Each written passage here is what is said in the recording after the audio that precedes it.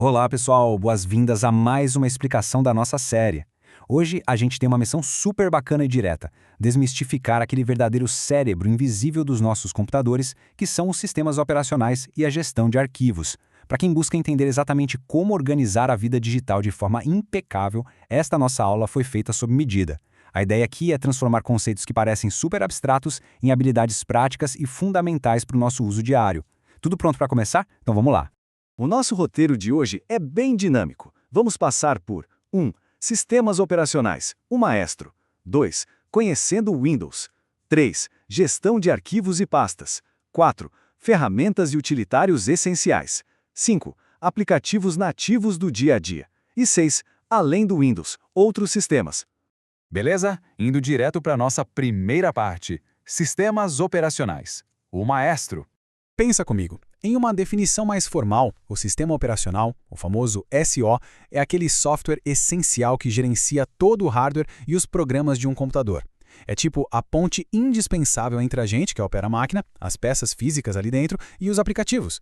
Sem ele, o computador não passaria de um amontoado de silício sem propósito nenhum.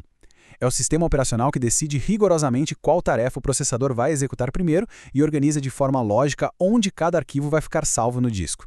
Eu adoro essa analogia aqui. Imagina que o computador é, na verdade, um grande restaurante. O gerente desse restaurante não vai lá para o fogão cozinhar comida, certo? Mas ele coordena tudo perfeitamente para que o estabelecimento funcione. Da mesma forma, o SO garante que a memória RAM seja direcionada exatamente para o programa certo na hora certa, lidando com essa execução multitarefa de forma tão natural que a gente mal percebe o esforço absurdo por trás de tudo. Mas olha só, como é que essa mágica toda começa? Acontece através do processo de boot ou inicialização. Quando a gente liga a máquina, o BIOS entra em cena.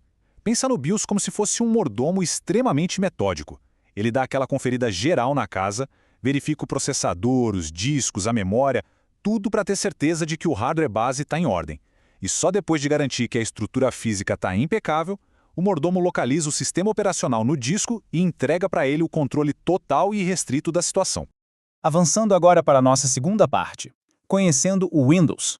A história do Windows é uma jornada simplesmente fascinante de evolução em engenharia de software e design. É impossível não sentir uma certa nostalgia ao lembrar de gigantes que redefiniram o mercado, como o clássico Windows 95 ou os amados Windows XP e 7. Claro, a evolução também envolve aprender com alguns tropeços e experiências peculiares no meio do caminho, né? O Windows M, por exemplo, que sofreu bastante com estabilidade, ou o Windows 8, que tentou inovar removendo o botão iniciar e acabou gerando uma bela confusão para quem usava. Agora, uma curiosidade técnica que muita gente simplesmente não faz ideia. Existem regras invisíveis e proibitivas ativas no Windows até hoje. Tenta aí no seu computador criar uma pasta chamada COM ou PRN. O sistema não vai deixar de jeito nenhum. Sabe por quê? Porque isso é uma verdadeira herança arqueológica do antigo MS-DOS. Esses nomes eram reservados estritamente para dispositivos de hardware, como consoles e impressoras daquela época. O mesmo vale para caracteres como barras e dois pontos. São verdadeiros fantasmas do passado estrutural que continuam habitando o sistema moderno. Loucura, né? Entrando na nossa terceira parte: gestão de arquivos e pastas. Aqui, a coisa fica bem prática. Vamos direto ao coração da organização digital. O grande segredo para dominar seus arquivos é entender como o sistema lê e organiza esses dados. E isso rola através das extensões de arquivos. Imagina um grande buffet. Os arquivos .docs são o prato principal, o texto em si. Já formatos como .zip funcionam como uma caixa de surpresa super eficiente, empacotando e comprimindo vários itens ali dentro para economizar espaço. E os arquivos .exe? Bom, esses são os chefes trabalhando nos bastidores. Eles são os executáveis que instalam e rodam os programas. Cada extensão atua como cartão de identidade do arquivo perante o sistema. Só que tem um detalhe. Por padrão, o sistema operacional esconde esses cartões de identidade visualmente, o que pode causar muita bagunça ou até riscos de segurança.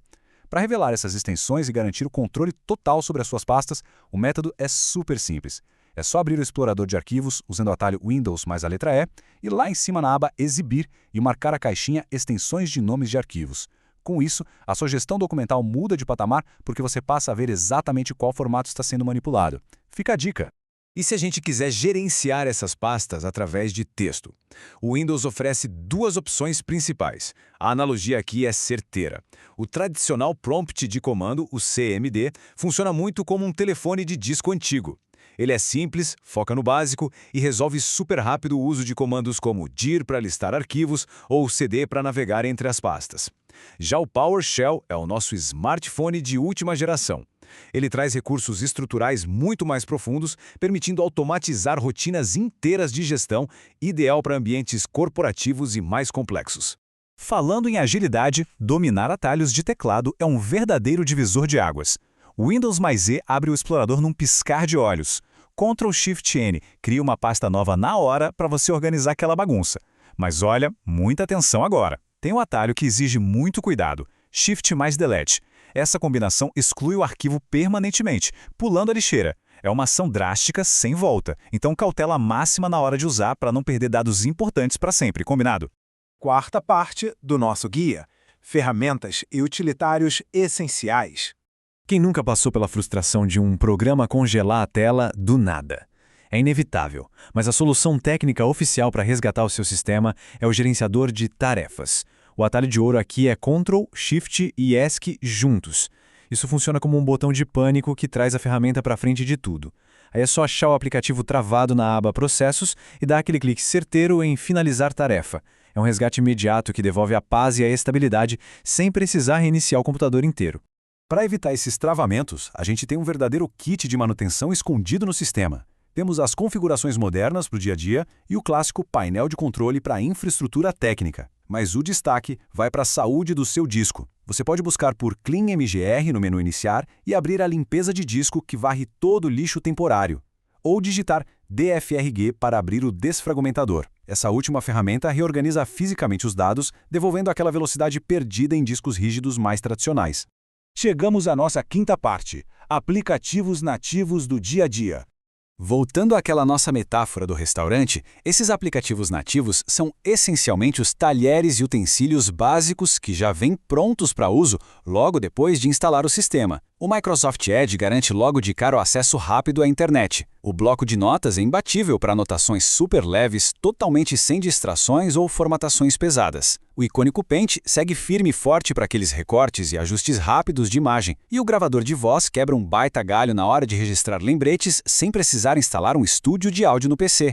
E para fechar a nossa sexta parte, além do Windows, outros sistemas. Para a gente ter uma visão de tecnologia realmente completa, é fundamental olhar as coisas lado a lado. O Windows, como a gente viu, é o grande padrão da computação pessoal, super acessível, mas que exige antivírus constantes pela sua popularidade. No outro extremo da moeda, a gente tem o Linux. Ele floresce na ideia incrível de ser um projeto global de código aberto. É literalmente a espinha dorsal invisível e super robusta que sustenta os maiores servidores da internet. E a segurança dele é famosa justamente por um motivo. Nada, absolutamente nenhuma modificação avança no sistema sem a permissão explícita com senha do administrador, o famoso usuário root. E por que o pessoal de TI é tão apaixonado pelo Linux? Não é modinha não, hein? É base sólida. Controle absoluto, flexibilidade e uma estabilidade que chega a assustar. Como o código é aberto, você pode customizar tudo, inclusive a interface visual, escolhendo entre ambientes como GNOME ou KDE. Ele roda servidores por anos, sem um único travamento. E o mais legal, ele é o grande ressuscitador de computadores antigos. Sabe aquela máquina encostada que os outros sistemas abandonaram? O Linux injeta uma vida nova e velocidade nela. E a gente não pode esquecer do dispositivo que muito provavelmente está no seu bolso ou na sua mão agora mesmo, o Android. Profundamente inspirado e baseado na filosofia de código aberto do Linux, o Android se tornou esse super-herói mobile que domina o globo. Ele unifica desde smartphones e tablets até relógios e as centrais dos carros modernos. E quando você pensa em como usamos aplicativos nativos de mapas e geolocalização o dia inteiro, fica muito claro como um sistema operacional capta, processa e literalmente guia a nossa rotina na sociedade moderna. E isso nos leva a uma grande reflexão para encerrar a nossa explicação de hoje. Nós vimos o Windows reinando no uso pessoal, o Linux segurando a internet e grandes servidores de forma brilhante e o Android conectando nosso mundo em movimento. Com tantas formas incríveis de gerenciar o hardware e organizar os arquivos, qual desses ecossistemas realmente faz mais sentido e traz mais fluidez para sua rotina diária e profissional? Fica aí essa reflexão analítica para embasar suas próximas escolhas na tecnologia com um olhar muito mais aprofundado. Pessoal, muito obrigado por acompanharem a nossa aula de hoje e até a próxima!